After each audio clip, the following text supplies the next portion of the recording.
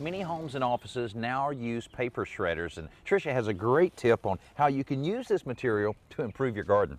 Well, there is a great tip I have, and it's great that everybody's doing this for their privacy, but instead of putting it in the trash, and of course some people put it in the recycling, and that's a good idea, I've got a great way to use it. Okay, all right. And that is as a mulch under your tree. Of course, you can put this under any plant as well. What you want to do, basically, as you can see, I already have some leaves here, but this paper shred, which is totally biodegradable, lays on top of this.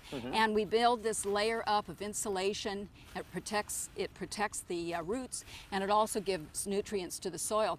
Danny, something I didn't mention is I certainly hope there are no shiny papers or colored papers in there. Is that a problem? Yeah, the shiny paper, the glossy kind of paper, that has stuff in it that's not going to break down and not going to be good for the soil. So you want to make sure you don't put any of that in there. Now, what about wind? Will just blow the stuff away, won't it? It sure will. It'll look like a little party. But actually, what is a good thing to do, I have some compost here, and I'm going to put that on top, and that's going to help again with the nutrients, and it'll hold it down. You can also use steer manure.